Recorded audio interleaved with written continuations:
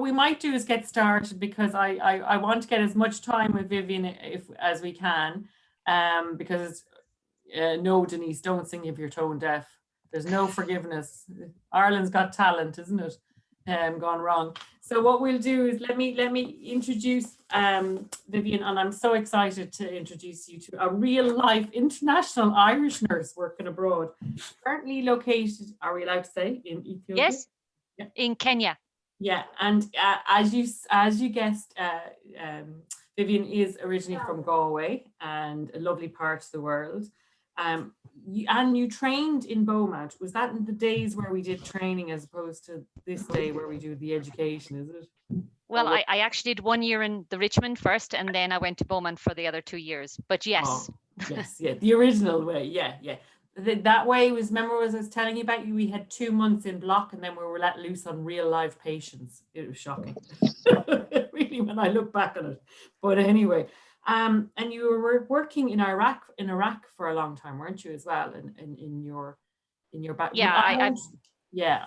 Maybe I shouldn't tell the secret. I'll let you explain where you've been.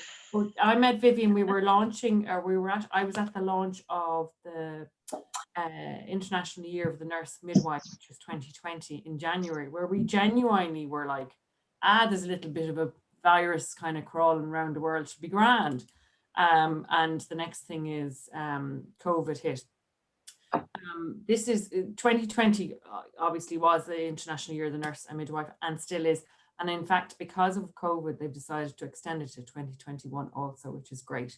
But Vivien also has been awarded, which is really, really amazing, the Florence Nightingale Medal for her humanitarian work. And there's only been 5 Irish nurses since 2000. And so guys, pressure's on, okay?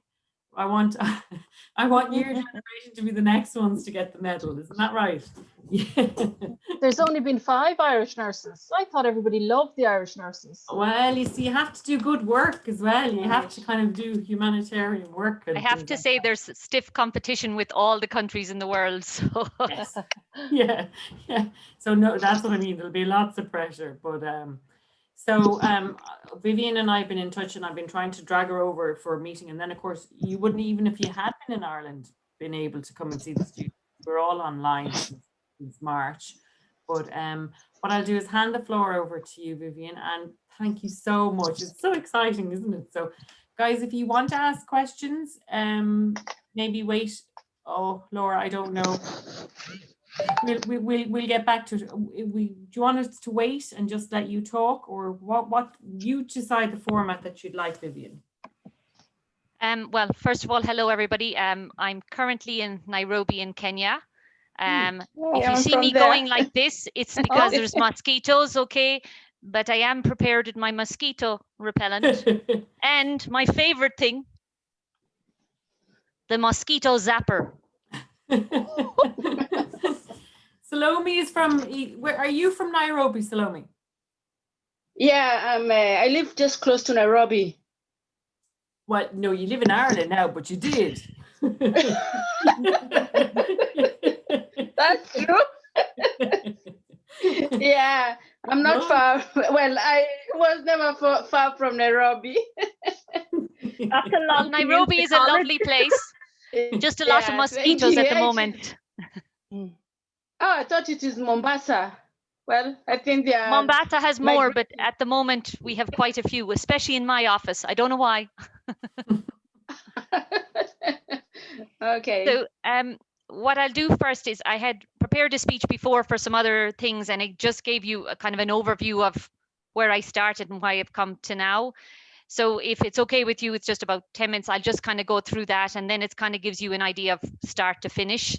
And then maybe we can have some general questions. I'm very happy to meet all of you. I remember when I was started way back, I have to say I kind of knew I was going to go overseas with my nursing from a young age. But honestly, I'm very proud to be a nurse, and I'm very proud to represent Ireland as a nurse as well too.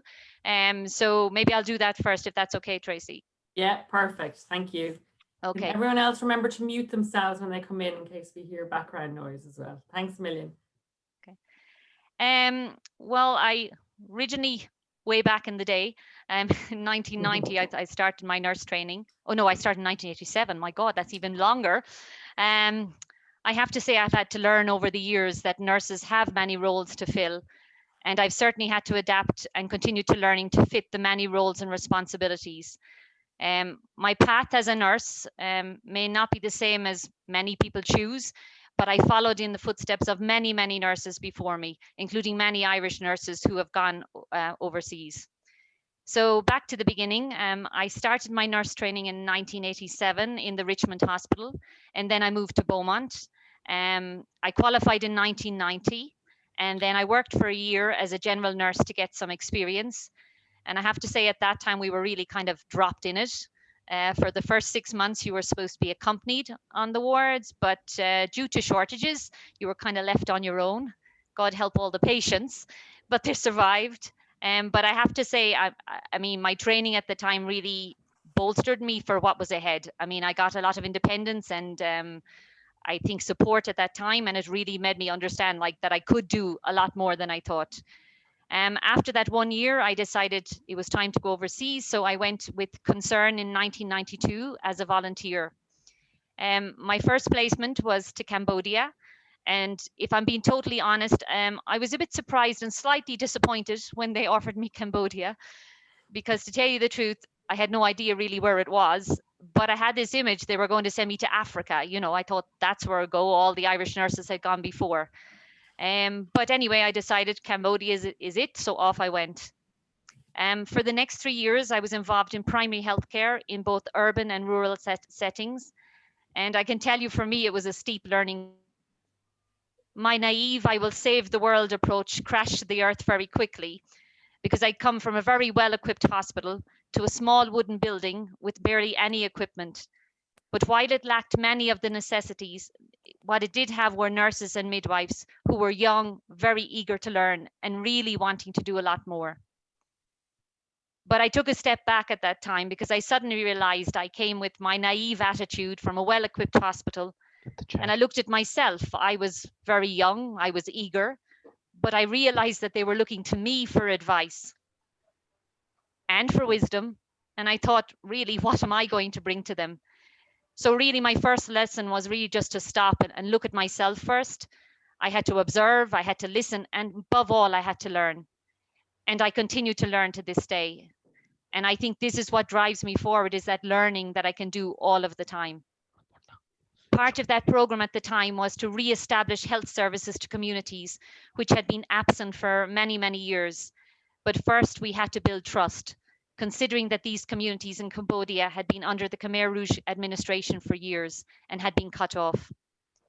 We began at that time with vaccination campaigns, which had been a request from the community and meant that we left the main town every day at daybreak, 7 days a week, with all the equipment and vaccines, and traveled on unpaved muddy roads to these outlying villages.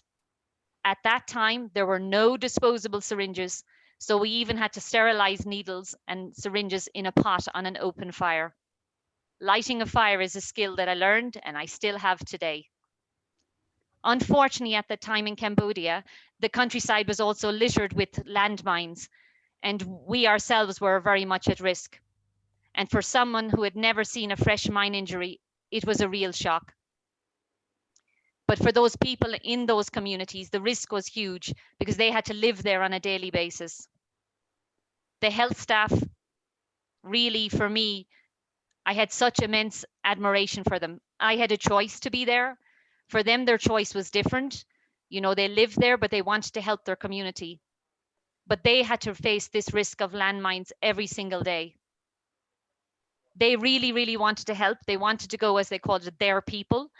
And for me, it was really I suppose, a learning curve, because we were so used to being closeted in a hospital, and then suddenly, you know, you risk your life to help the people that you want to serve. I have to say that I remembered at that time, I had written a small diary entries at the time, just of my experiences. And I remember looking back when I was preparing this speech before, and I realized that, you know, in a 3-month period that I was out with them every day doing vaccinations, we brought in fresh landmine victims every single day. And when I mean fresh, I mean within a few hours. And I think for me it was a shock suddenly that, you know, you're on your own, you know, you have to deal with what's there. Every day in the village, you're there doing your vaccinations, and you would be waiting to hear this sound, this muffled sound somewhere in the distance. And that meant another mine had gone off. The people had to go to the jungle to, you know, get forage, get food, get wood. And every single day there was mine injuries. When we would hear that explosion, we would know we would have to try and, you know, really move the vaccinations, get them done as quick as we could, because we knew within an hour or two, somebody would arrive in front of us with a hammock, and on that hammock would be somebody who was now an amputee, sometimes a bilateral amputee. And then all of a sudden we had to say, okay, how do we keep this person alive while we get it back to the hospital? Now you could, as I was saying, I mean, we could be 2-3 hours from the nearest hospital. We had very little equipment with us, so we had to kick into emergency mode. We had to try as best we could to try and keep them alive to get to the nearest hospital. But then after we got to the hospital at that stage, it was difficult to find even a doctor, let alone a surgeon. Often there was no medical supplies at all, and it would mean that we would have to go to the local pharmacy, and basically a few pharmacies, and try and buy whatever we could, then go back and try and convince the surgeon that these people were worth saving. Even sometimes we donated blood. And I suppose for me, after, I was very, very naive when I left Dublin, I have to say, extremely naive. But in a month or two, something awoke inside me as a nurse that, you know, I had to be more, I had to find ways, and I had to fight for these people. And I had to fight alongside the health staff that are doing it every day. And it really inspired me at that time that this is really what I want to do. After that assignment, I decided that, okay, this was more of a non-governmental organization, that I wanted to work with a slightly bigger organization, and I had already known about the International Committee of the Red Cross. So the International Committee of the Red Cross is based in Geneva, and it's the oldest humanitarian organization in the world. And in many countries, you have national societies, and these are part of the Red Cross family. So in Ireland, we have the Irish Red Cross. So I joined the International Committee by being seconded from the Irish Red Cross. The reason I wanted to stay through the Irish Red Cross was to have that affiliation to Ireland, but also that I could be of use in terms of public relations, or kind of, you know, I suppose to keep the Red Cross in the forefront of people's minds in Ireland. So I realized also that if I was going to continue on this path, that I was going to now have to give up an awful lot.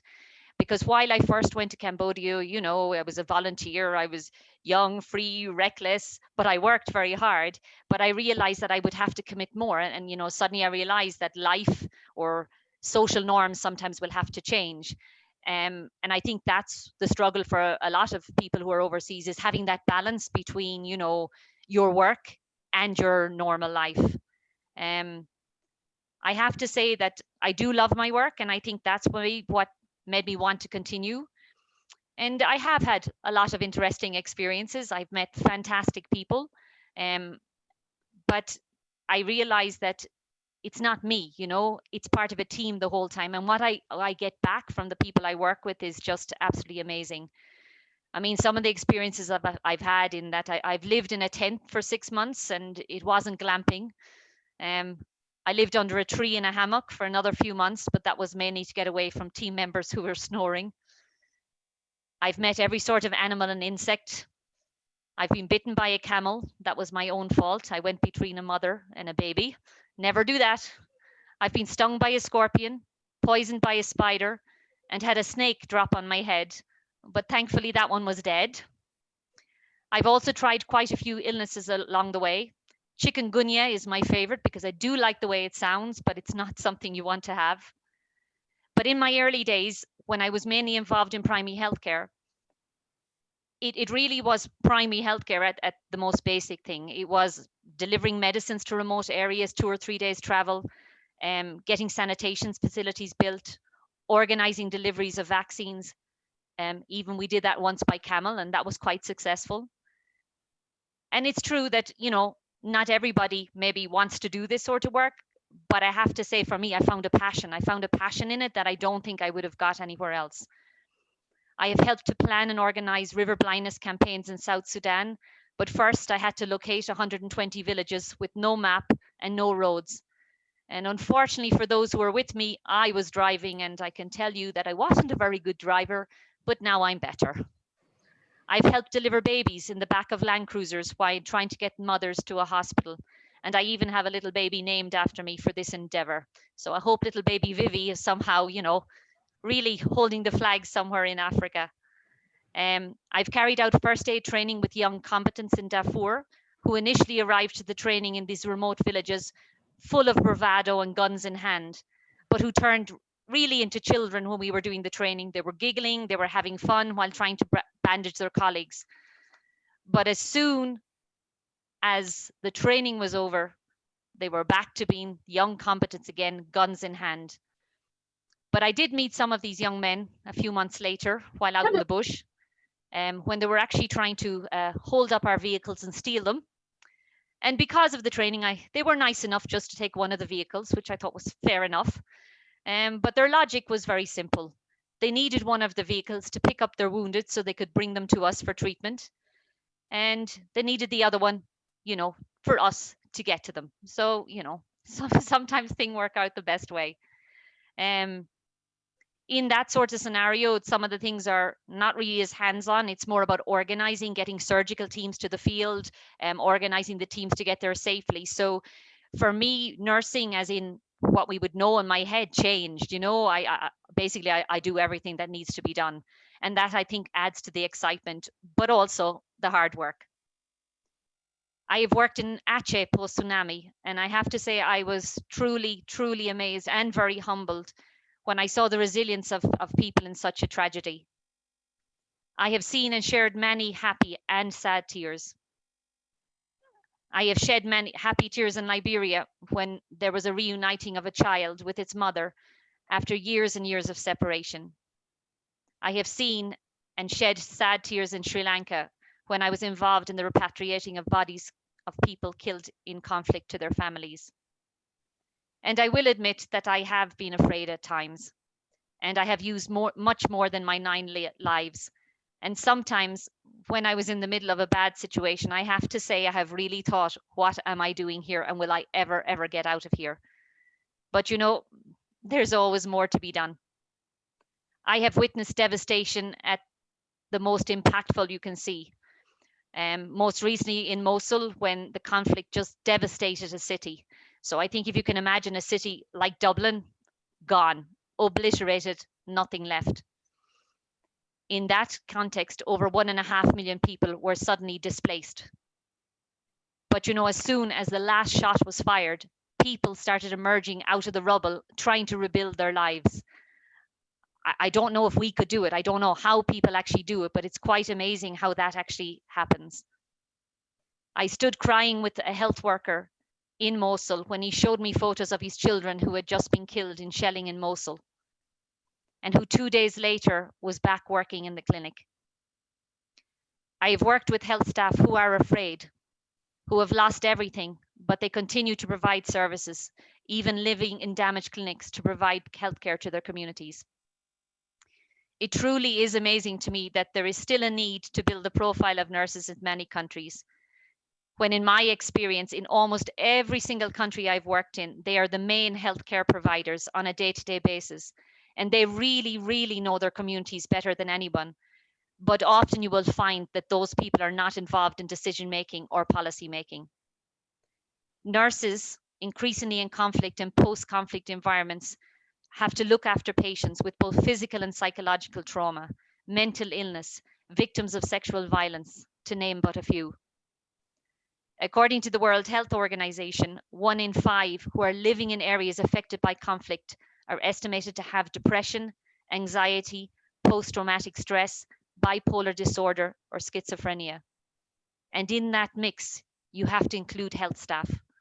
And the health staff themselves have suffered immense trauma, but it's very, very rare that in many countries you will see any sort of support for them to look after themselves.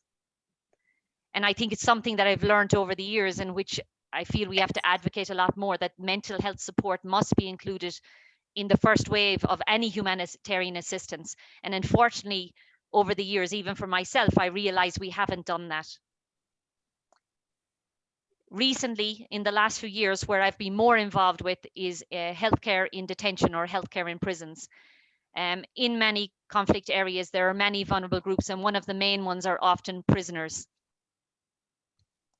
This is an area where the Red Cross is especially involved in. It's in our mandate for many, many years, and we have a long history of working in those environments.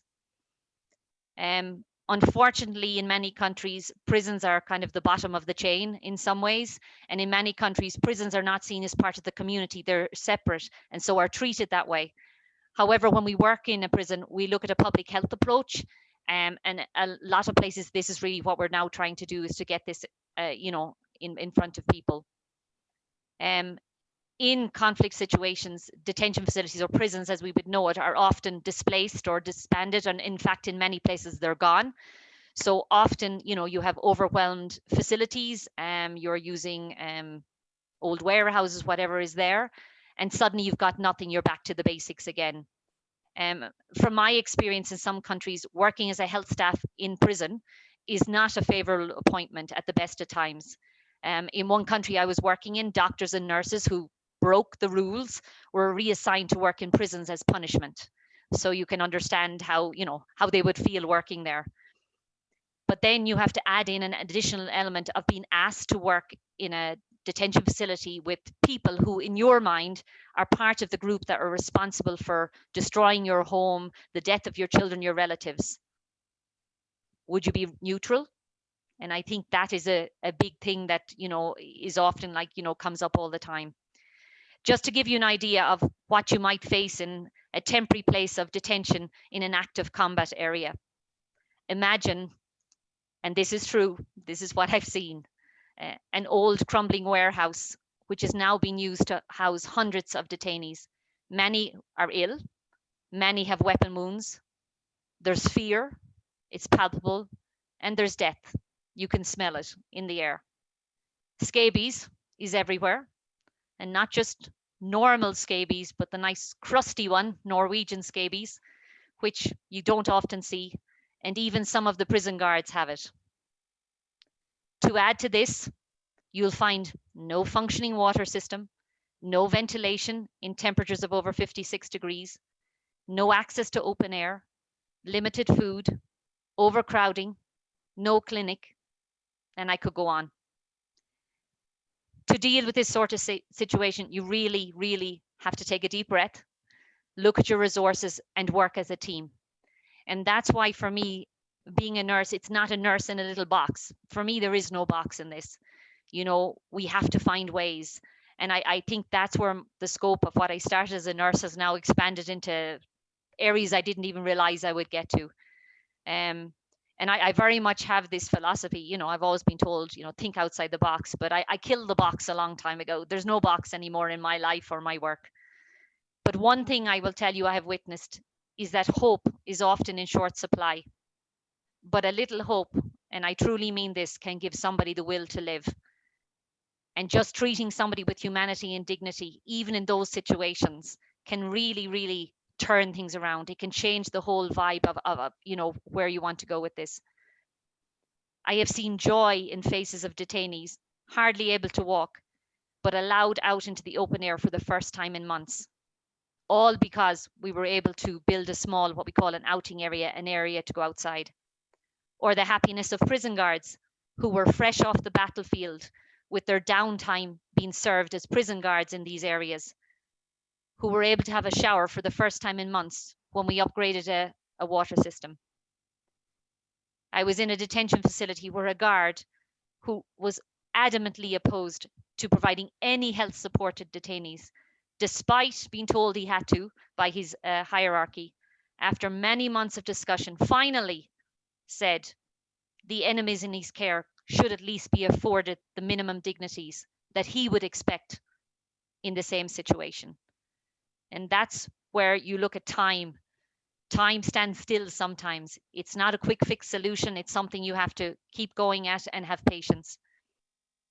I remember one battle-hardened detainee who remained silent for months, and he refused to acknowledge in any way our presence, the treatment we were given, the care, who suddenly stood up, gave me a kiss on my forehead, said a blessing, and he walked away. The small things for me have made it all worthwhile. However, there will be days or months when really you feel you're not going anywhere. And you go 2 steps forward and then you go back 10. But for me and for all of us that are working this, tomorrow is another day. And as long as there's a tomorrow, we will keep moving forward. I have to say, for me, I think what a great thing it was that WHO designated a year for nurse and midwife. And I know it's in honor of Florence Nightingale, but I feel how many Florence Nightingales are out there in the world. And I have seen them, I have worked with them. I'm not a saint in any way. I'm not doing anything more than anybody else. I'm working alongside people who genuinely have a passion for their work. I know I received the Florence Nightingale medal, but it wasn't me that received it. It was a team. And I worked with Iraqi nurses and medical students in dreadful, dreadful conditions, but who felt something, even, in the face of Islamic State fighters or their belief that they're enemies. They found within them that humanity. And for me, it's extraordinary because I don't live that. I have a choice to come out of those situations, but for those people, they found their calling. And actually, I will say the other day, one of them actually contacted me on Facebook to tell me how they were getting on. And honestly, that dedication they still have, because things are still not good. They're still every day advocating and fighting in a regime maybe that really doesn't want to help, but a small number of them, the seeds have been planted and they'll grow and they'll blossom and they're the future. When I did receive that award, I have to say I was very humbled by it. And at the time, I really dedicated to nurses and midwives, including a close colleague and friend of mine who are missing in the field while carrying out humanitarian work. And when I think of this, when I talk of myself overseas, I don't see myself as an overseas person. When I work here, I work with people. And the people in all the countries I've worked in very difficult positions, often underpaid, often undervalued, they try, and what more can you ask? They try. And I have to say, it's kind of fitting in this year of 2020. In some ways, COVID has come to show our true value and worth. And I know at home, people are working very hard, but also here in pretty difficult conditions, lack of PPE, lack of support. COVID is going on for weeks, for months, and they're still out there trying. And, we have lost a lot of colleagues through COVID already. I think I heard the other day there was more nurses have lost their life now than in World War I. And, here and in many surrounding countries where I have other colleagues, there are health staff who are sick and health staff who have died because of COVID. And I mean, what an ultimate sacrifice. Now, should we be at that stage? Should we have to be fighting for that recognition for nurses? It should be that we're recognized already for what we do in the health services. Many countries I go to in remote areas, the health staff, as in nurses, healthcare assistants, they're the main people. And many countries have very few doctors, or the doctors a lot of the time are assigned in, the larger cities. So most places I work with, even in prisons here, I'm working with nurses and some clinical officers.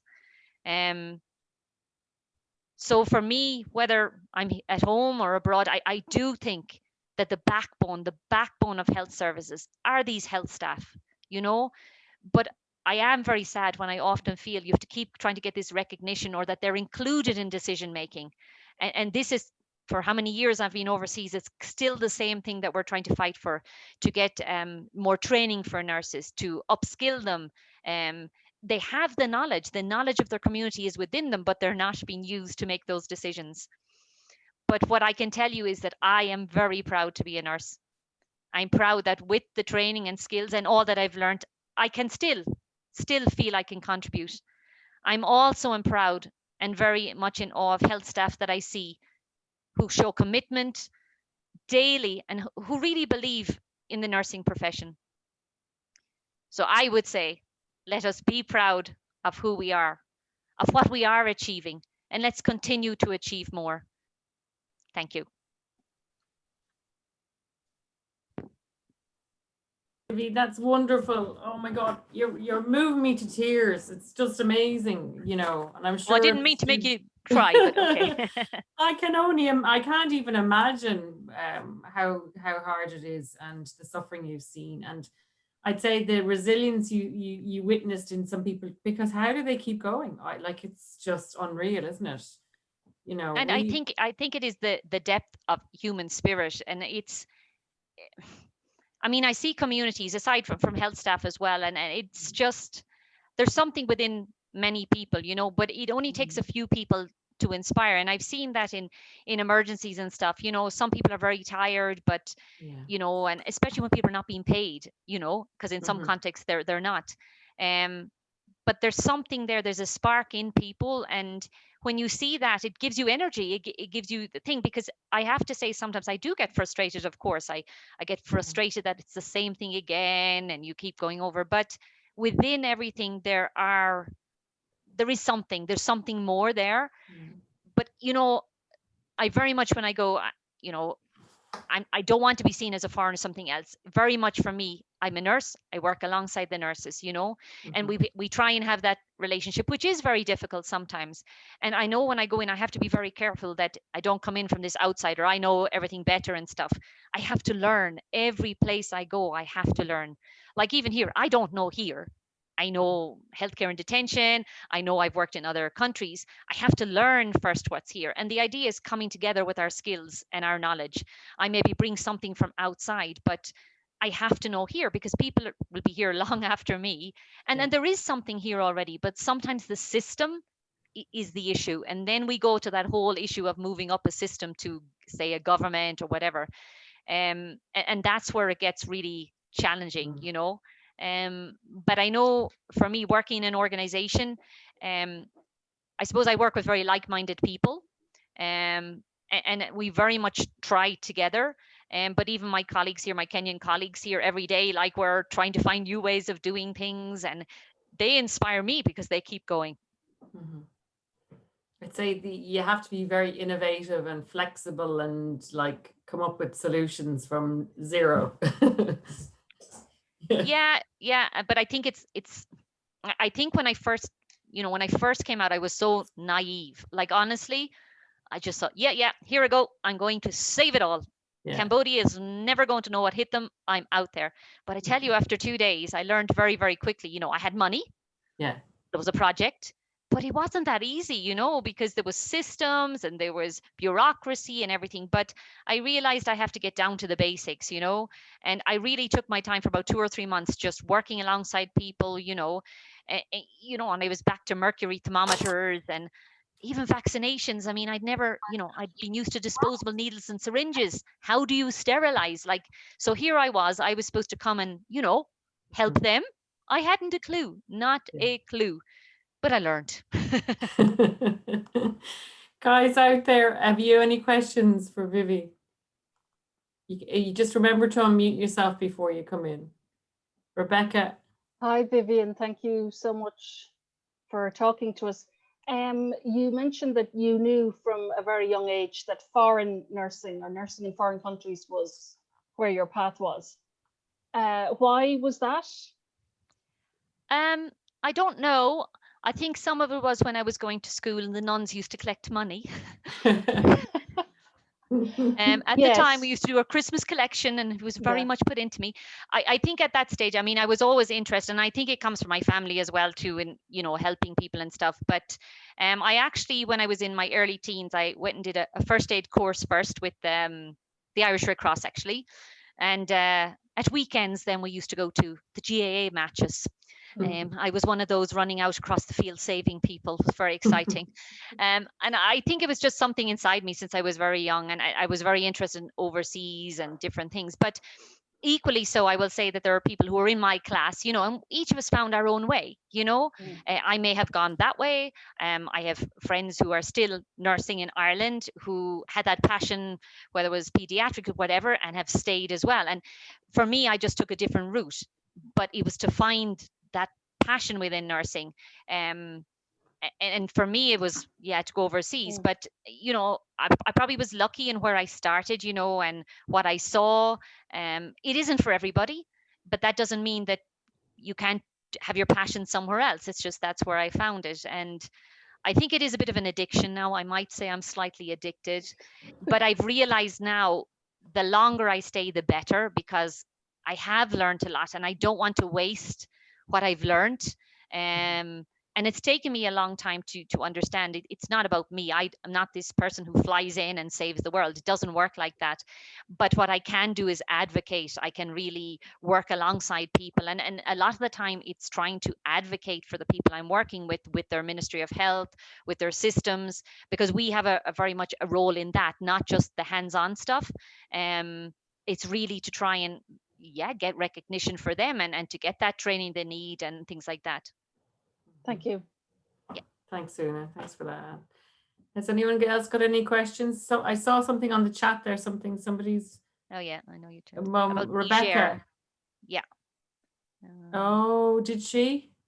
Yeah, actually the mental health issue. Yes, yeah. How is that managed at all? Well, to tell you the truth, look, mental health in many countries is still not really looked at in many ways, even for the general population. You know, there are many countries, there are no psychiatrists, no psychologists. In some countries I've been to, they haven't even studied psychology.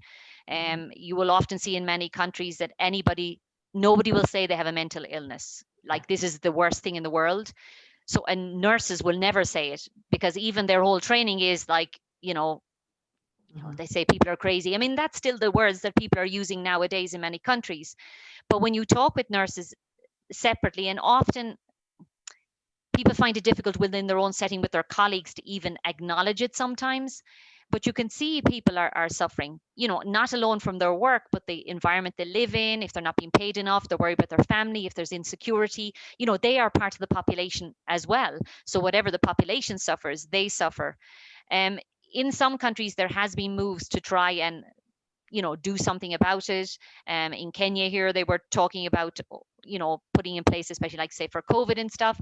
But I don't feel it's enough, because I feel they expect, you're a nurse, doctor, medical, you should just be able to deal with it.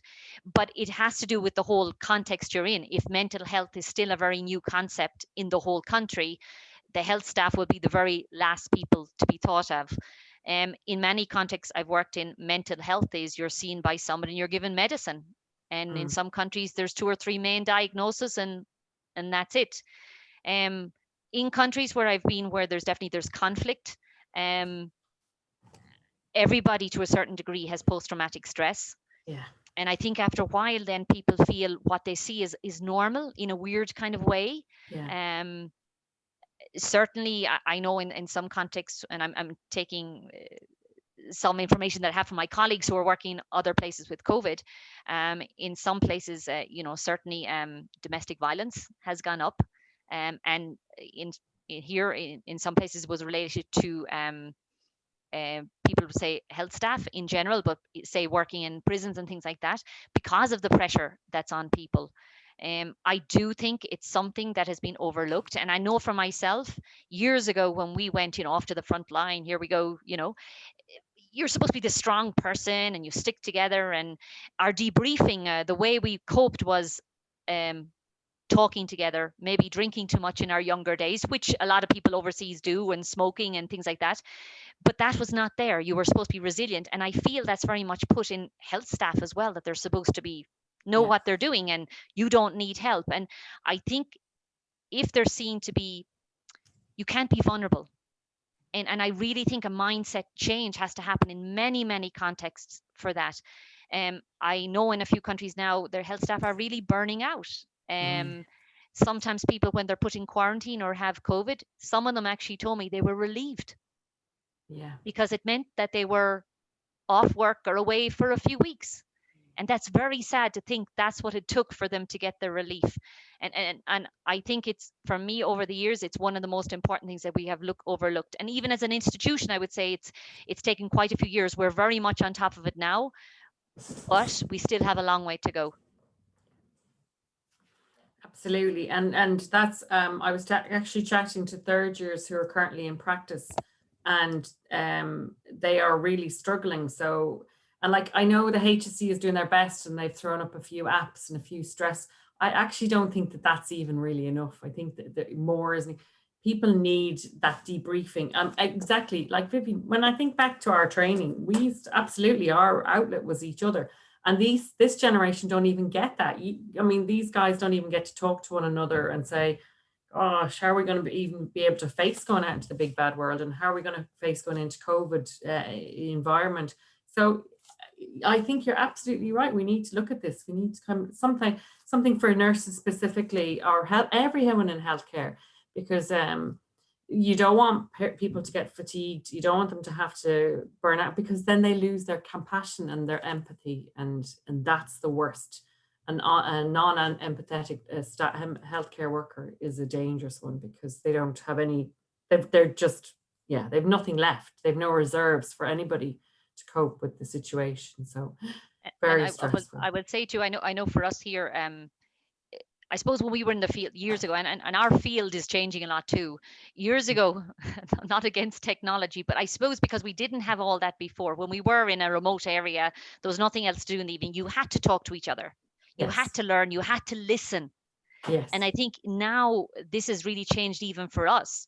And yes, we're handed an app to Yes. calm ourselves. To tell you the truth, like I lasted 5 minutes.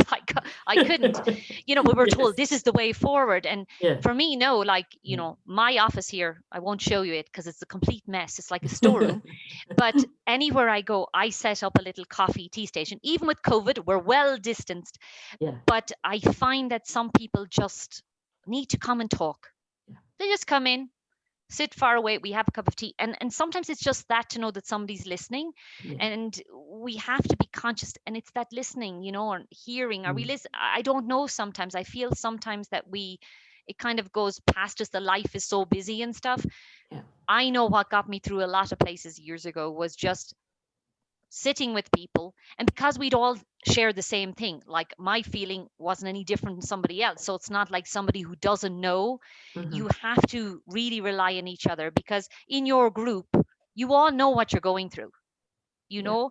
And we feel, oh, we can't talk about it, but you have to kind of make yourself do that.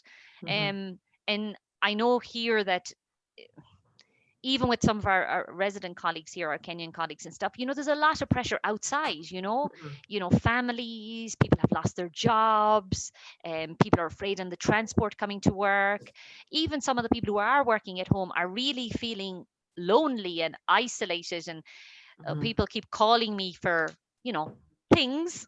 Yeah. But I feel it's Yes. to have a connection. And often I'm here in the evening until 10 or 11 at night, because people just see me online still and say, oh, I just wanted to ask you something about this stock. But in fact, it's because maybe they can't talk to their family about it, but there's something more. And I do feel we talk about mental health, but what are we actually doing about it? And for me, an app, which I'm sorry, I had my own issues here where I said an app isn't enough.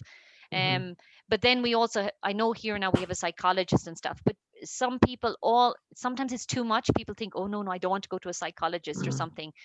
That peer listening, I feel, does have a place.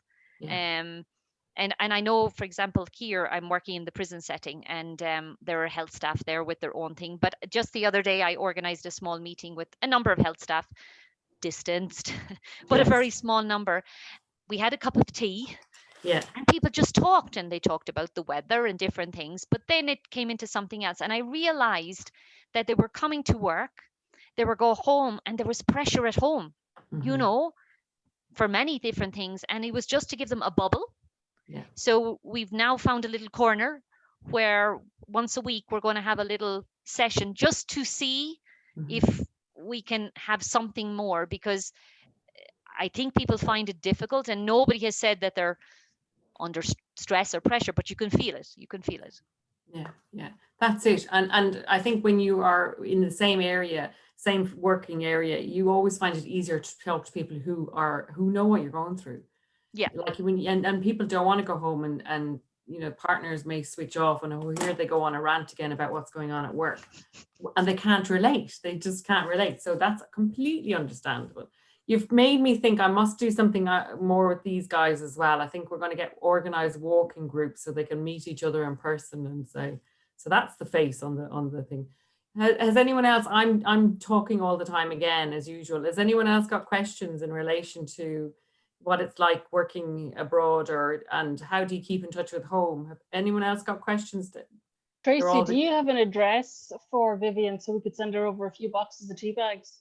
Yeah, can we like organize a small care package for her, like some fig rolls? Oh, like I think we can do Cadbury's that. chocolate. Thank you. It's very potato. sweet. Actually, I will tell you this. Nairobi is not a bad place to be. I'm not in the middle of the bush here. No. Correct? But Irish things like Barry's tea bags. Lions tea bags and a few fig Lions, rolls. absolutely. Sorry, no, Cork woman here. It's Barry's all the way. Oh, Oh well, my the God, Cork sorry woman, about oh. that. No, but we will. You got your win in the GAA yesterday. No more talking. Yeah, no, I think, and come here, Viv, like, is there like anywhere, like if the girls and guys try and do some fundraising, is there anything in specific that would be of help for you guys? Like, is there anything, that would help that we could organize while we're here? The way we used to do the shoe boxes for the children, is there something that you think that we could, as a group, maybe come together and organize? Mosquito nets. Mosquito nets. Yeah.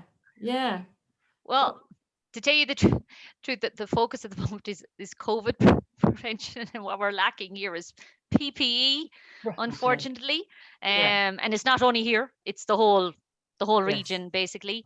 Yeah. Okay, I mean, look at hygiene stuff and things like that. Look, but sometimes what people do is they organize stuff and then they give something through the Irish Red Cross, which then is donated somewhere. Yeah. To tell you the truth, I would say every country, Yes. there's a need everywhere. And I think this is what kind of, I suppose, shocked me in a different way. Yeah. Look, I've worked in contexts. I worked with was Ebola before, but it's strange, you have this crisis in 2 or 3 countries and everybody's looking at these 2 or 3 countries, but we had enough supplies because somehow eventually, Yes. it drifted in. Yeah. Suddenly, it's not there. It's like, I can't, even our organization, which is huge, they can't even get it. Look, I was always reliant. We've a huge logistics thing and you put your order in a day or 2, it'll come. And suddenly to be like, it's not there. What do we do? And I found it the strangest thing, and okay, soap and stuff, it's not that, but it's the PPE, So when you're working in contexts where there's real, live COVID cases in front of us, thankfully here, many asymptomatic, which is really, really good. However, you've got nothing. And I would say in many countries where I have colleagues working, it was a shock to all of us because, we're used to not always getting everything we want very quickly and things like that, but you'd have the basic stuff. But when you don't even have the basic, I'm really having to think different ways of doing stuff or working with health staff when they don't have what they need. How do you monitor a patient when you can't even go near them? Yeah. And so we've really had to improvise. And I know, like in many countries now, it's Asia, it's Africa, it's many countries, people are reusing PPE. I know, shock horror, terrible. But like, the shields, the disposable face shields, people are cleaning them and using them for a week because we got nothing else, Now, is it the end of the world? No. Is it the ideal? No. But we clean them very well. But it's suddenly it's kind of really made me rethink again to be prepared and what we need to do. But people are resilient and they find ways of doing things. But I would say at this moment, every country has certain needs. Do you know what I mean? Yeah. And I feel, unfortunately, because this is going on and going on, every country is getting depleted. I think Ministry of Health everywhere are really suffering. And then it's the normal care that's also really suffering because, hospitals weren't taking as many people. And certainly in many countries in the region, poverty is really increasing, whatever was there before. And for me, I think in the next few months, 6 months to 1 year, we're going to see a big crash of some things. Yeah.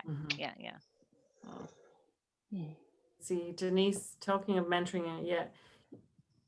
Okay, what are you saying, Denise? Do you want to turn on your mic? Yeah, can you hear me? Yeah, yes, lovely, yes. Yeah. Yeah, I'm just curious, like, I suppose I'm a similar age to yourself, Vivien, and I suppose I came to nursing now later, but I would have experience of maybe advocacy in a different light. But I just wonder, how can you teach it? You know, how can you get somebody involved? Yes, you can do a certain amount, but how can you actually encourage it so that people have confidence? Because you've obviously, you know, been in meetings, maybe male dominated situations where you're like, am I going to get them to listen? No, that's Patience. a question. A Yeah. lot of patience. No, I look, I think I've had to learn and adapt, and each situation is very difficult, you know, or different, I would say. For me, it's very much about showing the hands-on, and you have to earn your respect. You know what I mean? You can't go blah blah blah at the beginning, you know, whatever. You really have to put your time in. I think what's difficult, there are cultural considerations. There's many different things, you know, of where a nurse fits in society. You know what I mean? Some countries I see really strong nurses at a clinic setting in a remote area, but the minute you move up, you know, they feel inhibited. They can't come anymore. And it is, look in Ireland years ago, like our system was very, how will I say this in a nice way? I can't say it in a nice way. It was very male dominated. Most of the, you know, the heads of hospital and stuff were doctors, you know, and this took such a while. So it will move in countries, but I think this was the whole point of like this year, international year. This was supposed to be a year where it was kind of brought to the forefront that, you know, nurses need to be included more in what's actually happening and stuff.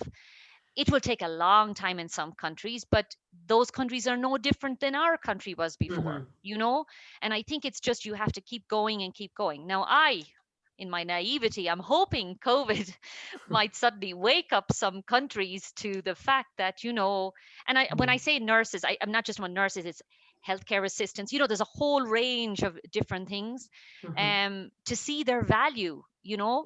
But unfortunately, politics gets involved in many countries in health systems. And I know even as the Red Cross, for many years, we're very involved in hands-on the emergency. We're now moving much more into systems, but then you have to really spend a long time. I know in some countries, you know, we weren't, say humanitarian organizations would go and do the stuff, but we wouldn't necessarily, you know, contact the nursing association or even the doctors association. But now we're trying to, if we're more in a development kind of context, not in this emergency thing, to kind of get in there somewhere as well, to do some training, to try and plant some seeds of these future decision makers. And in some contexts, we've gone more for the doctors associations because we know they are the people who are still making those decisions. But if we get in there, it's also to change their mind of what nurses actually do, you know, or what they can do. And I do think each of us in our own way, wherever we go after this, wherever we go, we are a voice. It may be a small voice, but it's still a voice, and every voice counts. I'm quite a loud voice now, but it's more, I'm not a loud voice in an aggressive way, but I just keep at it. I try and understand, but I try and understand why things are a certain way. And I always look back at where Ireland was 20, 30 years ago, you know, you had the matron, and then you the head of the hospital, you know, and you know, that was the way it was. And even when I came in as a student nurse, it was terrifying. First year student, zip your mouth, do your job, empty the bedpans, and then, oh, your second year, now you have something else, you know. And then that's where we were. And even at that time, when there was the doctor's rounds in the morning, I mean, you had to hide. You were not worthy. You know, the sister of the ward would come. And that's what we learned, you know, and we accepted that. Now I look at it and think, well, gee, you know, so things have really changed. And I do feel this progression will happen in other countries, but we have to take into consideration its culture. In some countries, you know, nursing is, I would say traditionally in Ireland, it was very female orientated. I remember when I was a student nurse, there was one male nurse in my group. Poor Vincent, that's all I can say. You know, it was even that whole thing, even the patients.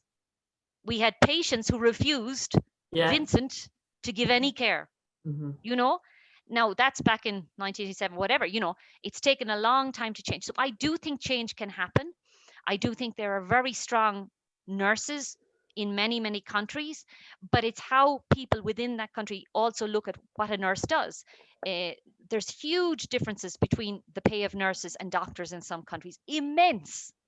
And that's where we have to start working.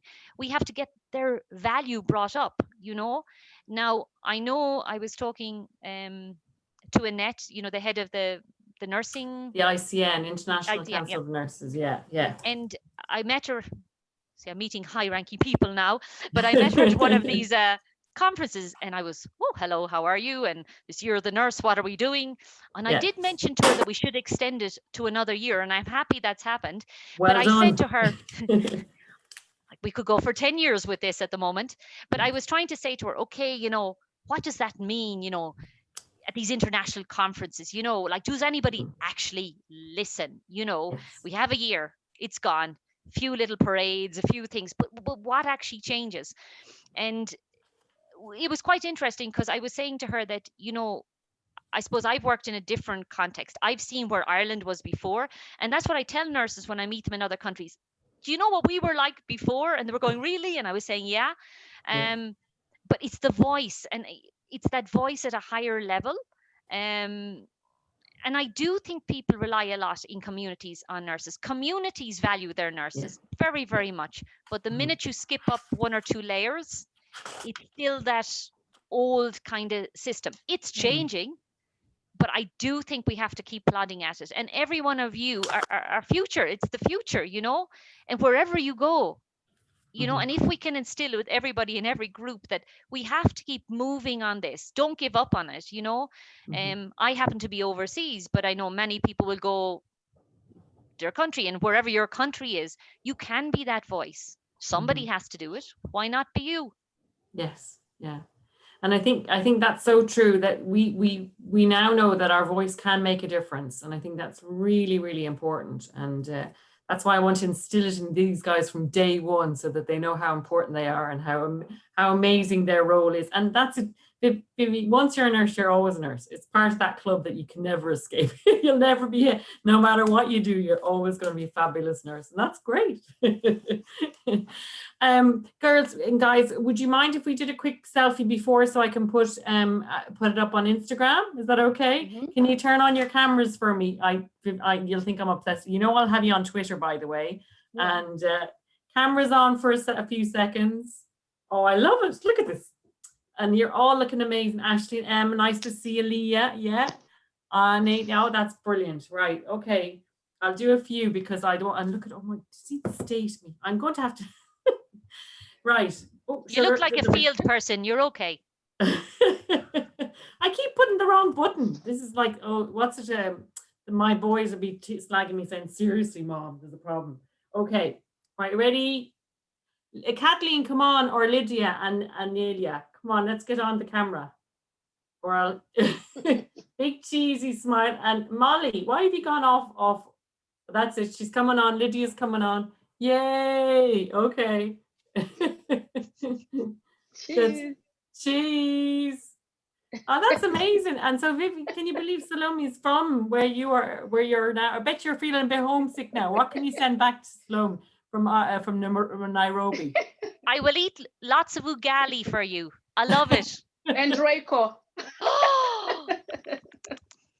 This is all the tasty food. I'm going to get the next one. I have to say, Kenya is an amazing place. But I think they're suffering the same as everywhere else. And I don't think there's any country that's not affected by, COVID. And it's just difficult. It's difficult for people now, And Vivi, how do you think South Africa, I think they're going back into restrictions now, but they've got it. They seem to have gotten away with, they just cut their alcohol out, didn't they? They just said no more alcohol. Yeah, but did you hear what happened? They cut their alcohol at the very beginning. Like, in many countries, you could buy your alcohol and go and drink it at home. They stopped everything. And then the minute the shops opened, there was queues. Car accidents went up, domestic violence went up, because they had a dry period. And then, so they had a whole lot of other things. Yeah. Because people, look, and this is what we're saying here, what's the right and wrong? I have to say here in Kenya, in comparison to Europe, we have a lot of freedom, I would say. You know, we are moving around, there is a curfew, but the waves are kind of coming, and I think it's, a lot of people were asymptomatic in many countries in this area. And I think at the beginning there was a bit of maybe fear. And then when people didn't see anything, you know, as in like we didn't really see the COVID. So people were saying, no, it's all a lie, you know. I was the only one wearing a mask going around the place. And I was hearing things, oh, look, and this is what said, the foreigner has come and brought COVID. That's why she's wearing the mask. And I'm going, no. But, you know, and I can understand why. Now it's swung back again because the numbers are going up, you know.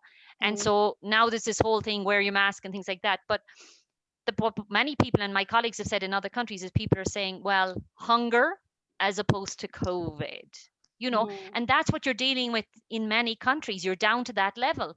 People aren't working. They really don't have anything to eat. So COVID is there, but it's not, you know, the biggest thing. And so people have to get on with things. People have to work, you know, they have to labor, they have to do whatever. So we're still kind of in many ways in a luxury kind of thing, you know. We can go and get our shopping, it's restricted and things, but I think where the real hardship is definitely the people in the communities and stuff who really don't have food. And so I know some other countries, that's where people are a bit worried about COVID and the economic effects.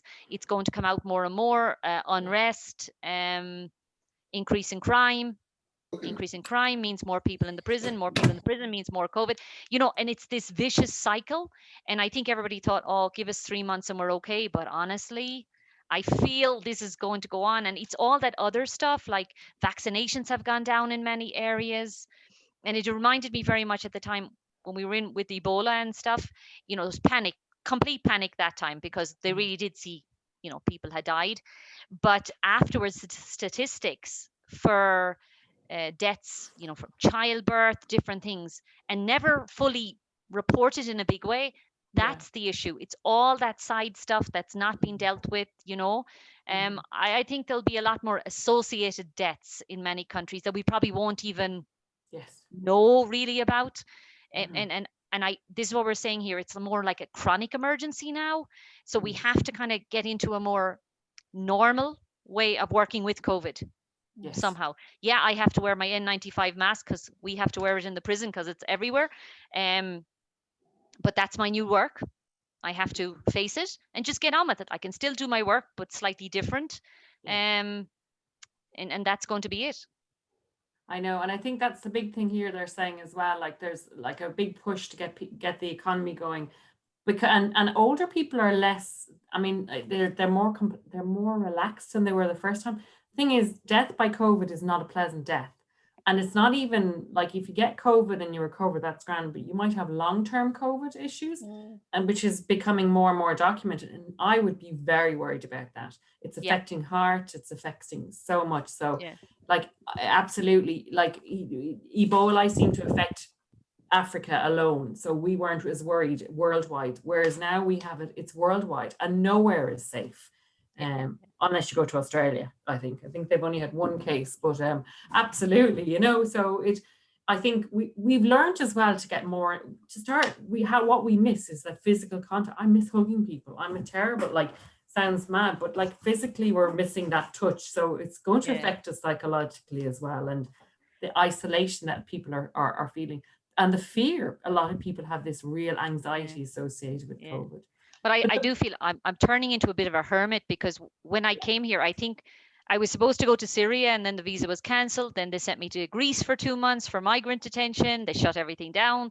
So I was flying at the time when I was the guinea pig, I feel, for the whole of the Red Cross. They sent me on a plane with nobody on it. But actually it was quite pleasant. But then now I'm here. And then when we came first, it was like, okay, where's the COVID? Can we see it? Didn't know where it was, you know. And then I was supposed to go to the prisons, and then I'm thinking, well, what do I do, you know, there, you know. And there was a whole, you know, we're following WHO guidelines and what should we wear? But then we had a duty of care, and that's very much our side here. So I'm getting weekly COVID tests at the moment. Wow. Getting very used to them. My nose is not, but it was our duty of care was Yes. not to bring something in. And so my duty of care then to my colleagues, because many people are working at home, but even here is I keep to myself, you know, Yes. because I have this weekly COVID test. I'm hoping, I've worn my N95. I'm trying to be very careful. And the reason we're wearing the N95 in the prison is that there's a lot of undiagnosed everywhere. Yes. We just don't know. So I'm going around, you can't see it, but I was like Rudolph the other day. My nose got blisters from the masks. Yeah. But I realized, I have a lot of interaction now in a different way. But when you go to a prison or something where we're very used to that, you know, talking and finding out things, going into cells, we don't go into the cells now where there are people because it's too enclosed. So I've had to really figure out how to do it. But I realized even with my colleagues here, we've distancing everywhere, but it's quite difficult to hold a conversation or a confidential conversation in a prison from 1.5 meters in a crowded place, you know? Yes. So I was getting a bit obsessed with the 1.5 meters we had here, which we were told to have. I was going around with a measuring tape, telling people, get back. Yeah. But, you know, I've realized I have to accept it. I Yes. have to accept this is life. I have to find ways of getting around it. And I think the social isolation is different. And I know many of my colleagues here like have been away from their families. They can't get home to see their children, especially people from other countries. And some have been a year now. Gosh. Because, you know, they were waiting for the family time and they couldn't, then COVID came. And it's really, really preying on people's minds. And I feel that people are getting more anxious and irritable about the smallest thing, you know? Yes. Yes. So you have to find ways of like, you know, trying to buy donuts for them somewhere, you know, things like this, just to say, okay, we're thinking of you. I send stuff around to people, to their houses and things like that, because I realize people feel forgotten. Yes. Even though they have, you know, their WhatsApp and things like that, but people are feeling that. And many people were working at home. They came back after 6 months, some of them, you know, because they were working at home. And they were like zombies because they came to the office and it was like, huh, what, you know, and we'd been here. Yeah. And I do think our whole life and dynamics has changed. And I think we're still in a state of shock. Yeah. I think we're still not able to accept that this is now our reality. Yes. And I do feel sorry for you as students and stuff, because, you know, your whole life as students is like being together, discussing things. I find this kind of talking on Zoom and stuff, I find it quite difficult sometimes because I would also be used to that contact with people. But I realized I've got to accept it now and find other ways, you know? So I find with colleagues and now and stuff, because I really feel some are suffering a bit. It's just a little WhatsApp now and then. Even people I'm working with in the prisons and stuff, I have encouragement messages that I send out because I realize they need something, you know? They need something more, you know? Yeah, we do. And as humans, we have to have contact with other humans because that's what we're here for. We need, unless we're, I don't know, like we're not hermits. Not all of us are built. I like my own time, but I love being around people as well. So, you know, and you're right. We have to, I mean, getting back to nature, doing stuff that's good for our heads as well as anything else. Sure, I'm laughing. I'm organizing, if you guys want to do them, there's fitness classes on Saturday mornings. One of the DCU students is doing free fitness class on Saturday morning. So I'll expect you with your mats. We'll all be online. You'll see each other sweating like mad. But just even, we know that physical exercise is critical for our mental health and things like that. But, you know, look, there has to be some learning with COVID, and we just need to make sure that it's just being more careful of each other, isn't it? And getting rid of those. I know for me here, I was hoping that we look at our resources and how we actually use things and use them more wisely. And I think if anything, that's been a learning thing where I've suddenly had less of something and I have to figure out, you know, so I'm hoping that maybe that will happen as well. I think the problem is sometimes that the distancing is a difficult thing because nursing inherently, you know, it is to bring people together. And I think it's changing nursing, how we do it.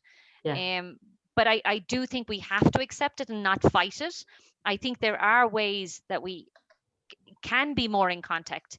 I know it's not ideal, but, you know, and I don't know, I was kind of thinking the other day, like, you know, how long is this going to go on for? And I still felt in this emergency phase, and we thrive off emergency phases, but I kept thinking, I can't be in this emergency phase forever. I'll burn out, you know. I have to get myself into a chronic emergency, and then eventually I'll get into normality. But I think these waves that we're getting every so often, it seems like we're going down and then we're going up.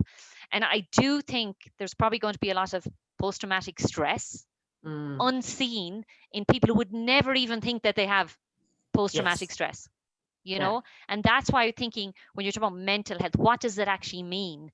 And I think it is to reach out to people, reach out to your colleagues and stuff. Everybody's in the same boat. Some people maybe have family with them, but some people maybe don't, you know, have family with you.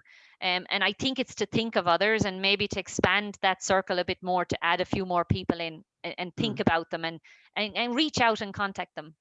I know, and like I'm trying now with these guys as well. Like we technology. I was trying to do breakout groups, that didn't work. And of course, I have about 230, so it's hard to get them into like little pods.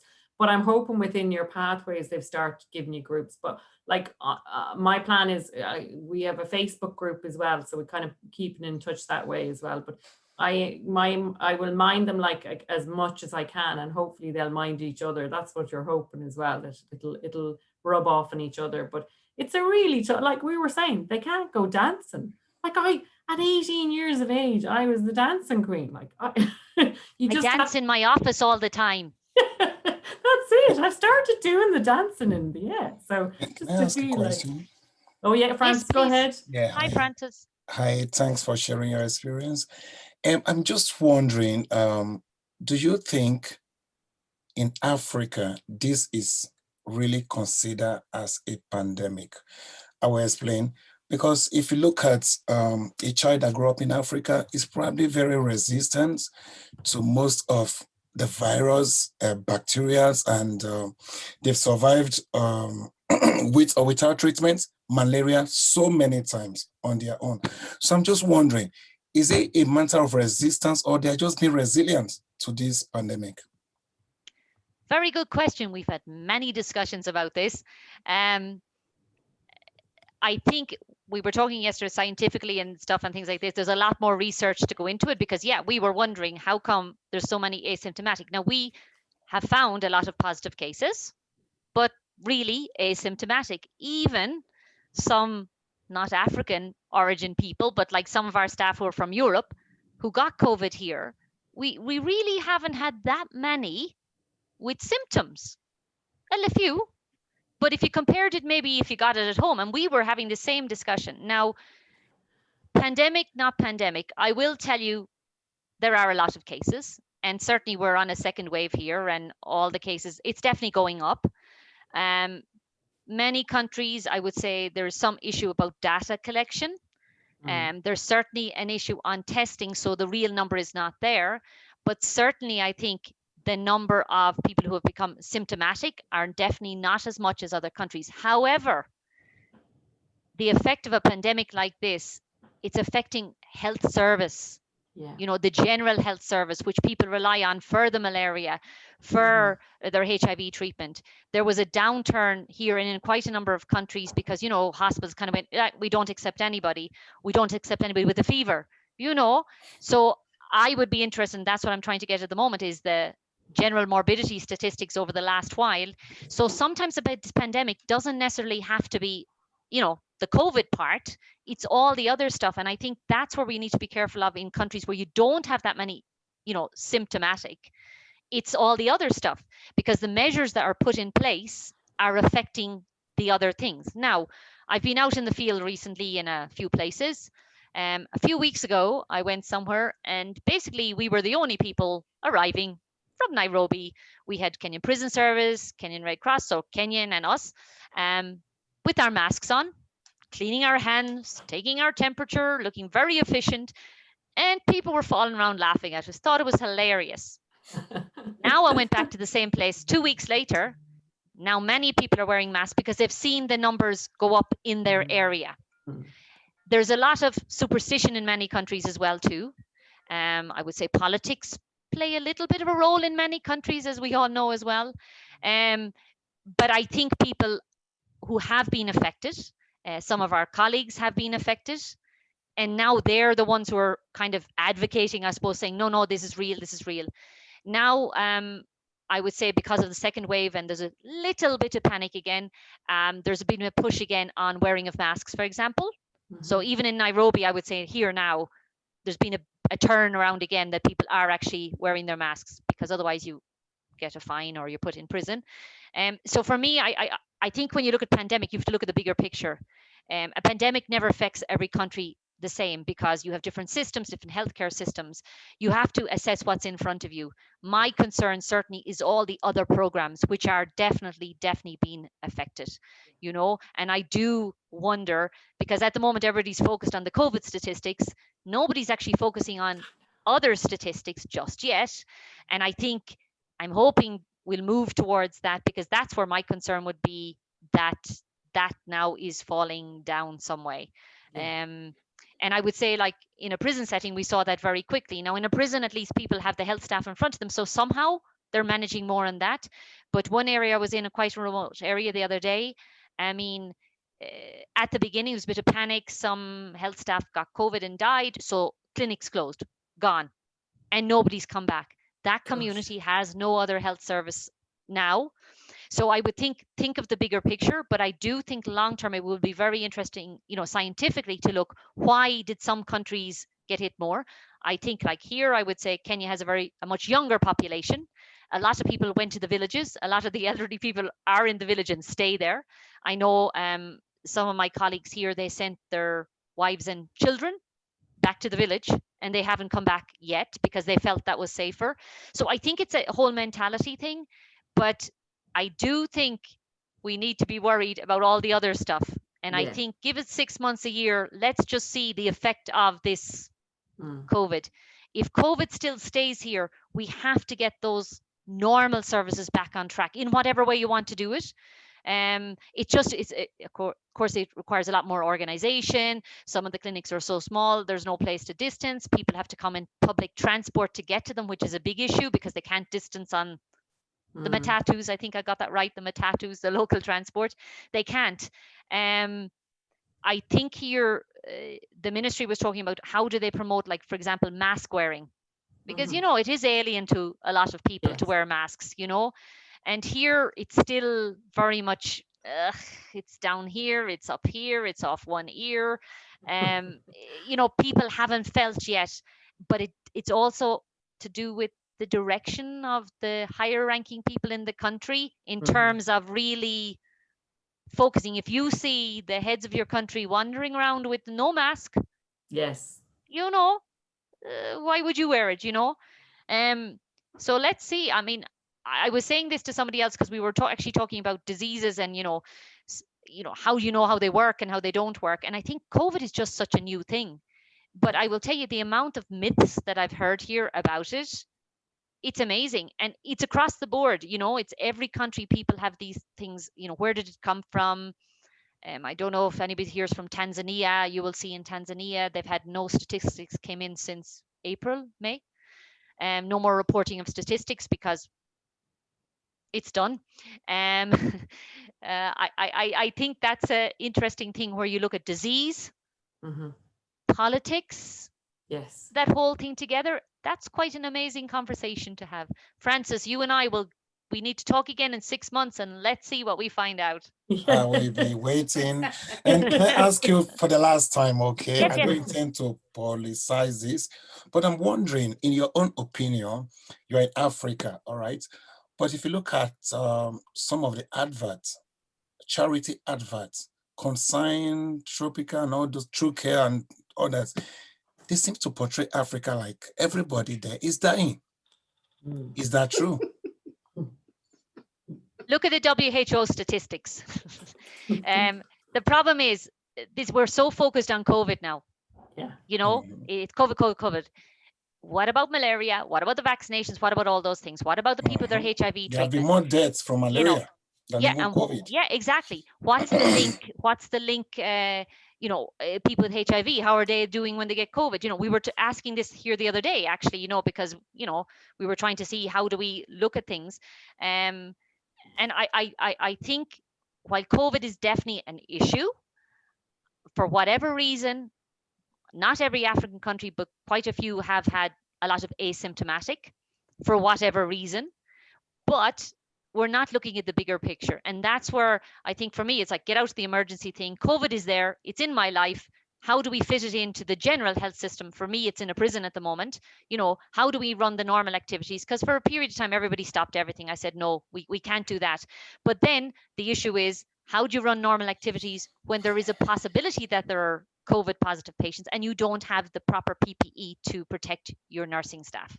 And that's why a lot of the activities, because people were afraid, and if a clinic, somebody gets it, everybody panics and closes down, and that's what's happening bit by bit all over the country. There has also been really from, I would say, politicians and different people, the wrong messages coming out. You have to guide people, not in fear, but then in a country like here, people need to work. You close things. Look at here. I mean, they were telling me the other day that the amount of tourists that used to come and are not coming now. A whole lot of hotels and restaurants have closed and will never open again. Will never open. And like when you talk to those people, like, we have to feed our family. And certainly I would say crime is definitely increasing slowly but surely, but not just here. It's the whole continent. I have colleagues in Asia. They're having a ripple effect as well. Every country, in whatever way, will have a different effect. I think in Ireland, the government is able to help with, I don't know the whole story, but I think people who weren't working and stuff. But you come to other countries, they have nothing, and health services were already struggling. People were struggling to pay money to get to the clinic to get their medicine. How do they do that now? So I think we have to get off the emergency COVID bandwagon and try and find a way to get it into our normal psyche. Can we resume certain services or readapt them to ensure that the normal stuff, because I do agree with you, and that's what I've been trying to get the last few days, is the general statistics to see what's happened for malaria and stuff. And I think some of this, because everybody was so focused on COVID, statistics weren't necessarily all collected as efficiently as before, and so now we have to try and instill that, get that back to that. I hope it hasn't a big effect, but I feel it will. Yeah. Thank you. And the needle thing, I remember I worked with a nurse who had gone back on her holidays to her home in Ghana, and she said her child, I can't remember what it was, because she would have had all the vaccines. She needed an antibiotic or some injection when she was there, and the nurse who was doing the injection says, "Oh, I know you're a nurse, so I'll let your child go first." But they didn't even clean the needle in between. It was literally 1, 2, 3, 4, because there was nothing. They had nothing. There was no options, and that was 30 years ago. So I hope we don't go back down that, because you're right. If we run out of PPE, if we run out of equipment, if we run out of healthy health staff, I mean, God only knows what's ahead, in a way. We have health staff here, and I've seen them because I met some people. I went to the Ministry of Health and I was meeting people in some clinics, and health staff maybe at the beginning got a few N95 FFP2 masks, and they're wearing them and they are so dirty at this stage because they feel there's some sort of filtration system and they're afraid of their life, and so they've washed them, they've hung them out to dry. You're at that level for some of the health staff. So, and if money has gone into that, are they still getting the money for the normal things? Certainly, I know the remote areas have been quite cut off because the focus of health staff have been pulled back also in some places, to help with the COVID. COVID isolation centers needed to be manned by people. I don't know how the government is going to be able in any country to keep this up, because you need money coming into the country, and if your resources are not working. A lot of stuff is still happening here, but I think for the tourism here is kaput at the moment, definitely. I don't think they've seen a tourist for the last while and won't for another while. And I think that industry is really going to suffer. They've even had, the poor animals are suffering in some places, because in some of these kind of animal orphanages as well, because they didn't have funds coming in, they weren't able to feed the animals. I know 1 or 2 hotels turned into quarantine facilities. There's 2 of them in Nairobi who are now doing that. So they kind of, you know, you have to pay when you go there, but that was to try and keep money coming in. Yeah. But a lot of places, some of my colleagues here, I would say most of them have family members who have lost their job. And so now there's more pressure on those who are working to do that. Yeah. Oh, yeah, I know. It doesn't bear thinking about. There's so much, isn't it? It's there's so much to think about, really. And yeah, like as I say, even in Ireland, I think the amount of domestic violence cases have gone up dramatically. And imagine being stuck. And then, of course, like your prisons, are they overcrowded, or is it civilized currently, but about to change? Or where are prisons not somewhat overcrowded? I would say even in Ireland, it's the same. No, it's more, it's the fact that, you know, whatever was there before is of course to be under strain. Prisons are not exactly the place where everybody wants to put resources anyway. And often they're overlooked at the very beginning when policies are drawn up. It's done for the general population, and you can't take the same policy and put it in a prison. You know, distancing is not the same, the amount of staff, you know, all that. So it takes a bit of time, but eventually prisons are part of the community. It'll eventually filter in. I think in most places, the problem is that many places family visits have been stopped. A lot of reliance in many countries are on families coming, you know, with soap and food and things like that. And it's many countries, you know, all those resources have been stopped. When do you start it? You've done 6 months now. Do you do it again? You know, it's even, we talk about, you know, a family visit, you know, people can't buy this plastics and perspex, and the money is not there. So we were trying to figure out on our lawn the other day, to distance, how far we'd have to put people, you know, how much space you'd need to distance 10 family members, seeing 10, and it's a lot of space. So, you know, we were trying to find practical things together with the Kenyan Prison Service staff. 2 of them came over the other day. We were literally with measuring tapes trying to figure, let's think ahead in case it comes that they'll let it go back. How will we do it, you know? And it's really, I don't know how they're going to actually do it, you know? And like the whole idea of prison is that somebody gets the chance to be rehabilitated. But sure, if there's no resources, how are you going to rehabilitate? Like you're just, it's, oh. No, but even here we've had to, with the Kenyan Red Cross, we started, we just bought a whole lot of mobile phones and put minutes on it. And the Kenyan Red Cross very nicely helped us and went to every prison in the country, and we gave 2 mobile phones everywhere, so that every inmate or prisoner could, it's only once every month at the moment because we hadn't enough budget and stuff to try and have that at least they can call, so that we just found a different way of doing it.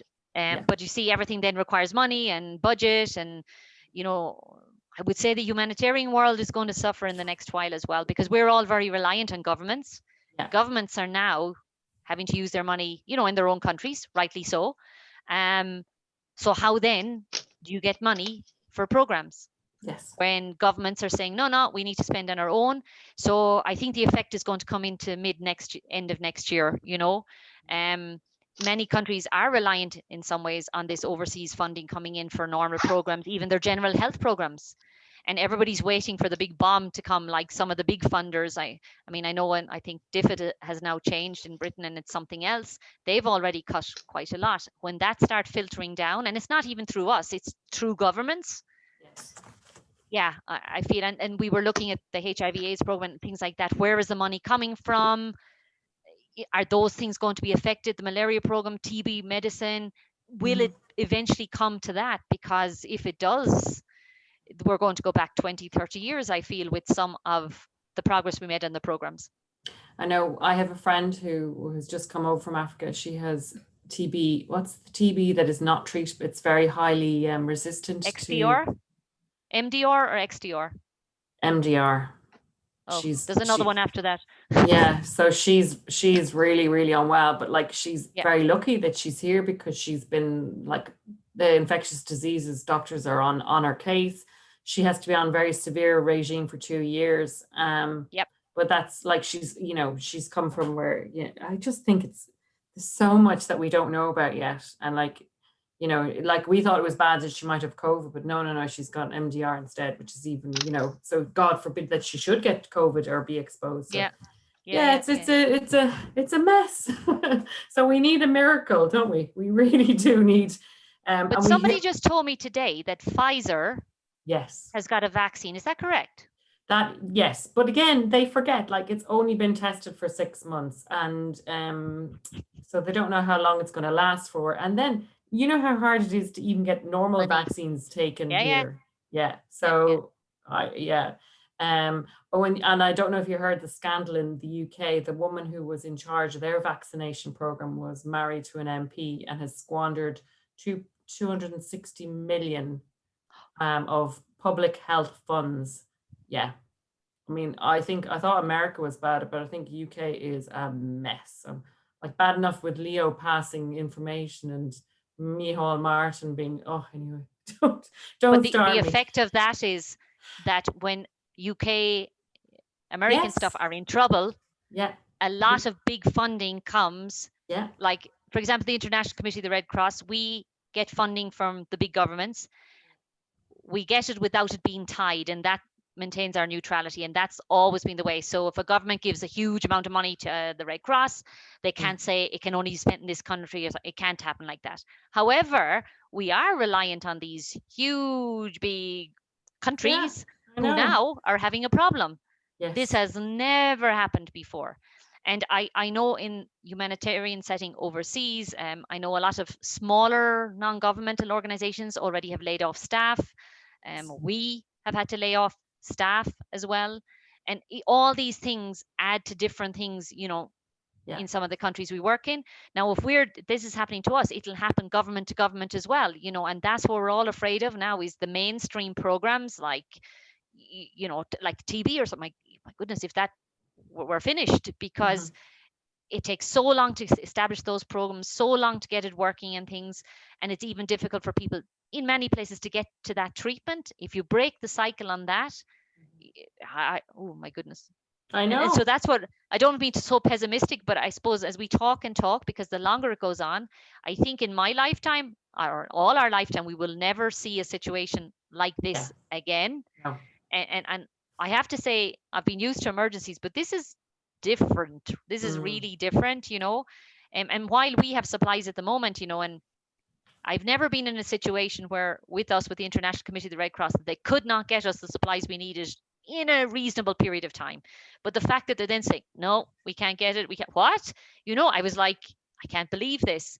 And even now people were wondering whether they should be stockpiling again or be on the second wave, the third wave.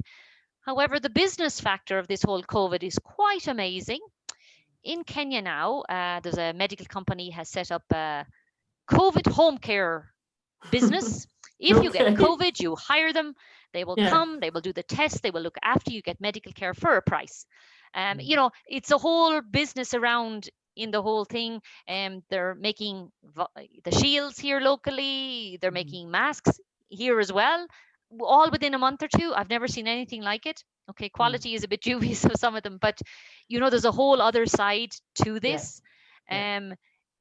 There's also a whole business I've heard in some countries of changing positive COVID tests to negative. Ooh. I think the other thing is, like in Africa, for example, and maybe other parts of the world, maybe other parts too, I can tell you. And you see that, okay, like the same one Pfizer said they have now. I was trying to read about it, but I just got discouraged because it has to be transported in a particular temperature. Oh, forget and it. then you now start telling me that you bring it out to Africa, then the government starts trying to ship them in, and there's corruption, you know. So a normal African child would prefer, look, for me to take this injection, I'm still going to die tomorrow anyway. Just forget about it and fix our roads and fix our electricity than trying to import in COVID injections, vaccines, you know. So those are some of and the I think things. there's general COVID fatigue is everywhere. I think people are just tired of.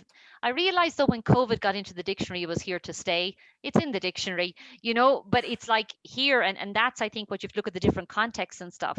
I think we're so focused on COVID, you know, and I came in and it was into the prisons, COVID, and now I realized, hold on, after a week, I went, hold on a minute, what about all the other stuff? But trying to get that put back in place is quite difficult because the focus of the ministry, of course, is still on COVID very much.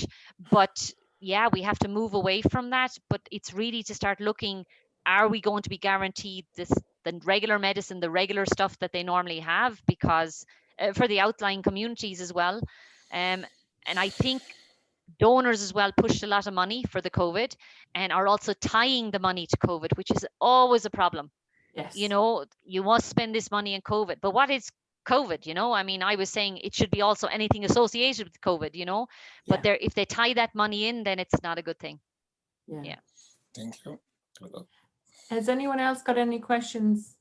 Virgil, Rebecca, Anita, Monique, no, Sean, Paige? You're all I think they've had enough. Aisling? Yeah, I was actually, that was what I meant to say to you, is my friend is a scientist and she's actually DCU lecturer, but she's living in North Carolina, God help her. And anyway, but she was saying she was sent for a COVID test. She was given basically a tiny Q-tip and told to do it herself. So even in America, it's not been tested correctly. And oh my God, because I tell you, when they do it here, there's no me going holding it. It's like it's up there. She said the only reason she knew what to do is that she's a scientist, but she said she's a colleague working in public health. They are not testing correctly in America because Trump didn't want the world to know the real numbers.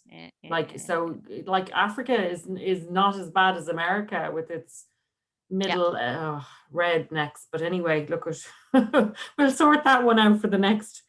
We're just hoping that good old Mayo Joe and Kamala will actually have an impact. Although I've heard rumblings that Kamala apparently is allegiance to Israel, or anyway, look, there'll never be a non-corrupt country. I mean, every country has its downside, as long as it has more positives than negatives. So we can overcome, isn't that the idea?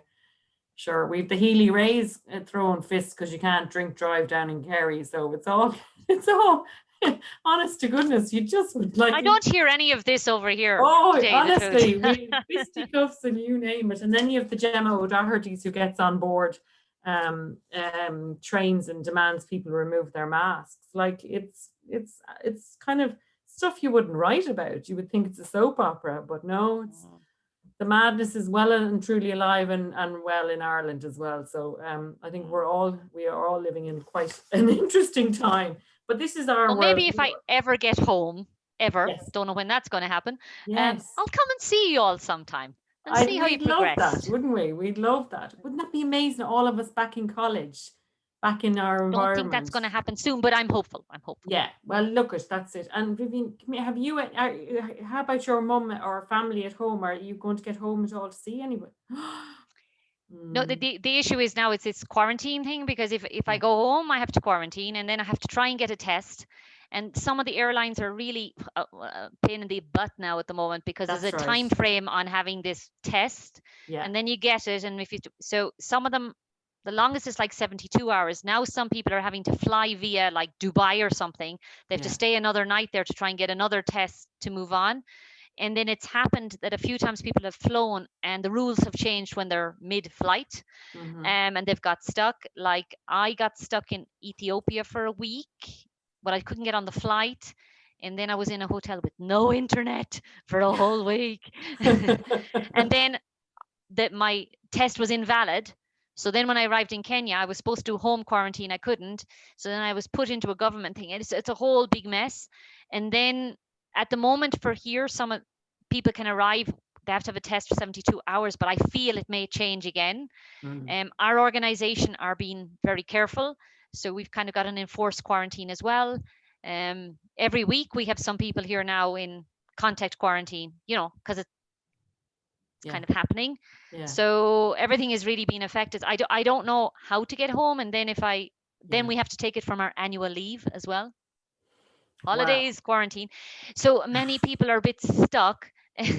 So I think first travel has changed, so dramatically. We used to use, we're sent here, we're sent there. I don't know, they may even send me somewhere else. It depends on what goes on and where they need me. And I don't know, I never realized how difficult travel was. I've just got so used to coming and going. Yeah. But now you really have to think. And our problem is, first of all, I have to get a test here, and we've got a system here it's the International Organization of Migration, and through the UN we've managed. But then if you're delayed somewhere on the way home, which has happened, many people, I know 2 people were stuck 3 to 4 days in some airport somewhere. And it Oh, keeps happening. This flights are being cancelled. that's right. Yeah. Then there was somewhere else, somebody got on the plane, and then somebody complained of symptoms on the plane, and then the whole plane was, put in. And I don't know how to do it. I think at some stage I'll have to try and get home, but if I get stuck and then I can't get back, I don't know really. No, and then I had a really good friend who we had to get her on Joe Duffy and Ray Darcy, and eventually she got back to Australia. She came home to introduce her son, her baby son, to her mother-in-law who was dying. So, but we literally the power of using social media, we got her home, but she'd quarantine for 14 days in a hotel on her own with a baby and pay for it. And actually a student nurse who's just from the BNCG group who's just left one part of Australia into another part, and she did the 2 weeks quarantine as well. But no, I think it's a mess. Like none of us, I don't think we're ever going to fly in the same relaxed way ever again. Well, I know colleagues here have parents have died, siblings have died, and they weren't able to get home. And so that's adding a lot of another element here, when I suppose our lifestyle is you come, you go, and things like that. And so that's all changed. And we never anticipated, we didn't think about it. Somebody was trying to get home to India the other day. He has not seen his kids since last October. Oh my goodness. And he was, and he's due family leave, but couldn't get there.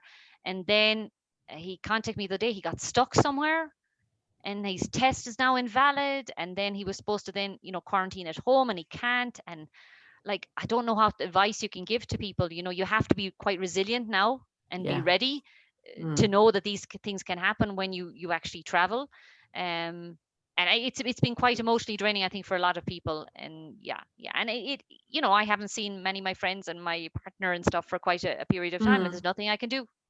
Yeah, I know. And listen, I know. And we used to give out about the days when you'd run onto the airplane for Ryanair and batter your way to the front to get a seat. And now I just think that's such a bizarre thing to be thinking.